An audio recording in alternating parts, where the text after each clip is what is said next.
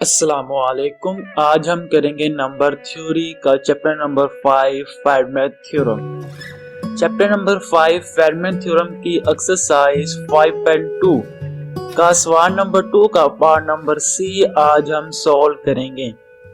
Part number C में वो ये कहता है कि if GCD A133 is equal to GCD B133 is equal to 1।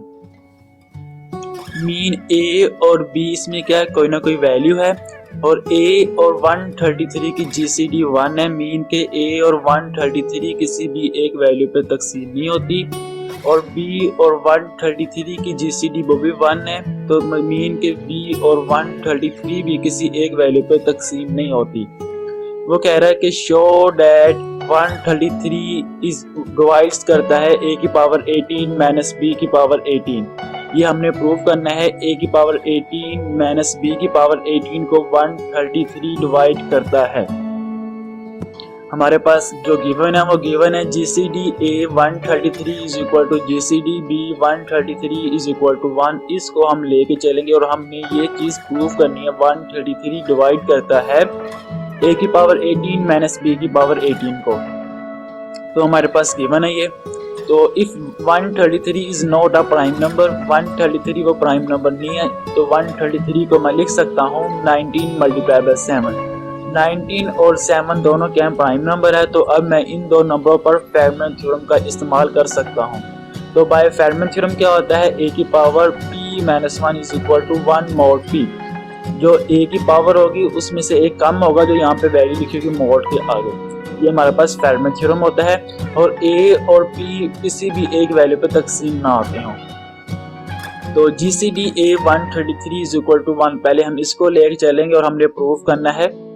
तो हमने ये ए की पावर 18 मानने की कोशिश करनी है।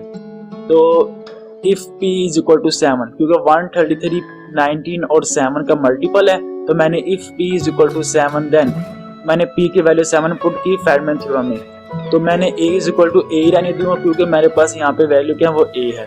तो a की power 6 is equal to 1 mod 17, क्योंकि 7 में से एक माइनस किया तो क्या आ जाएगा 6 आ जाएगा। तो a की power 6 is equal to 1 mod 7। अब मैंने a की पावर 18 बनाने की कोशिश करनी है। तो यहाँ पे a की पावर 18 है, तो मैंने a की पावर 18 बनाने की कोशिश करनी है। तो taking cube on both side, तो a की पावर 6 की पावर 3 इज इक्वल टू 1 की पावर 3 मोड 7। मैंने कहा था जो मैं इसके साथ वैल्यू के साथ कोई चीज मल्टीप्लाई डिवाइड माइनस या ऐड करूंगा तो वही मुझे रिमाइंडर में भी करनी पड़ेगी, तो इसलिए मैंने दोनों साइड पे क्यूब ले लिया। तो a की power 18 is equal to 1 mod 7। अब मैं दोनों साइड पे -1 ऐड करता हूँ, तो a की power 18 -1 is equal to 0 mod 7, क्योंकि -1 और +1 0 हो जाएगा। ये हमारे पास क्वेश्चन नंबर 1 आ गई। अब मैं पुट करूंगा p is equal to 19। If p is equal to 19 then a की power 18 is equal to 1 mod 19। अब मैंने a की पावर 18 ही प्रूव करना था, तो इसलिए हमने a की पावर इसका स्क्वायर या क्यूब लेने की जरूरत नहीं है। तो दोनों साइड पे मैं -1 ऐड कर दूंगा। a की power 18 -1 is equal to 0 mod 19। For question 1 and 2, question 1 and 2 को अब सोल्व करते हैं। क्वेश्चन नंबर 1 हमारे पास क्या थी, a की power 18 -1 is equal to 0 mod 7। And हमारे पास क्वेश्चन नंबर 2 है a की power 18 -1 is equal to 0 mod 19। अब हमारे पास लेफ्ट हैंड साइड में मैंने कहा था अगर वैल्यू दोनों क्वेश्चन में सेम हो, 2 3 कितनी भी क्वेश्चन हो उनका रिमाइंडर भी सेम आए, तो जो क्वेश्चन होगी जो मोड के बाद वैल्यू आगे जो डिफरेंट वैल्यू कैसे यहाँ पे 7 है और 19 है, ये दो वैल्यू आपस में मल्टीप्लाई हो जाएंगे। तो हम लिख सकते हैं a की power 18 -1 is equal to 0 mod 7 multiply by 19। तो इसको हम लिख सकते हैं a की power 18 -1 is equal to 0 mod 133। ये हमारे पास क्वेश्चन नंबर 3 आ गई।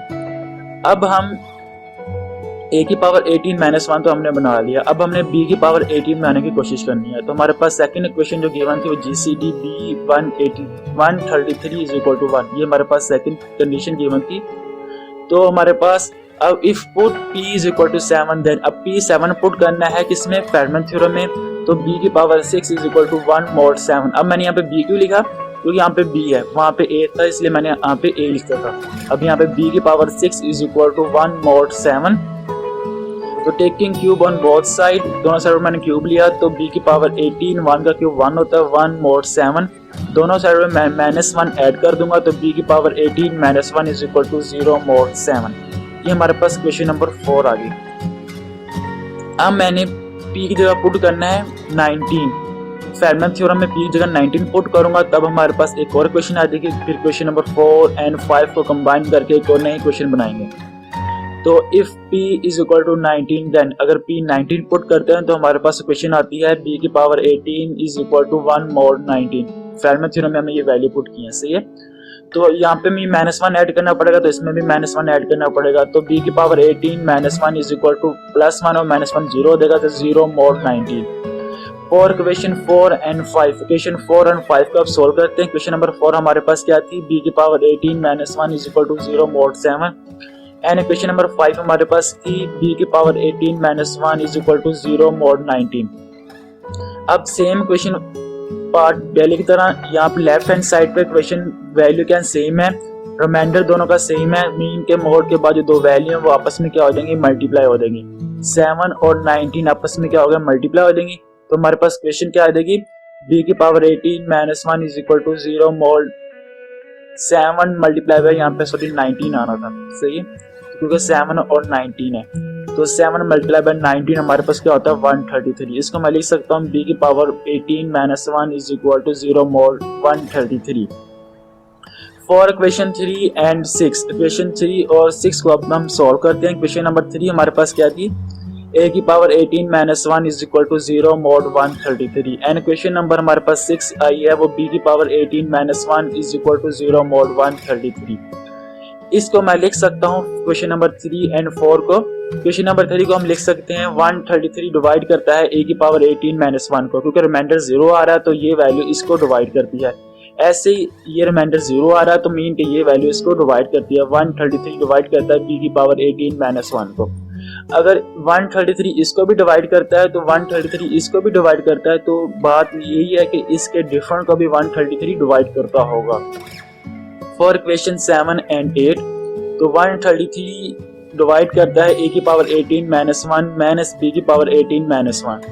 तो 133 डिवाइड करता है a की पावर 18 -1, तो ये माइनस और ये प्लस माइनस हो देंगे, b की पावर 18 आ जाएगा तो ये माइनस और माइनस प्लस हो देंगे तो +1 आ जाएगा।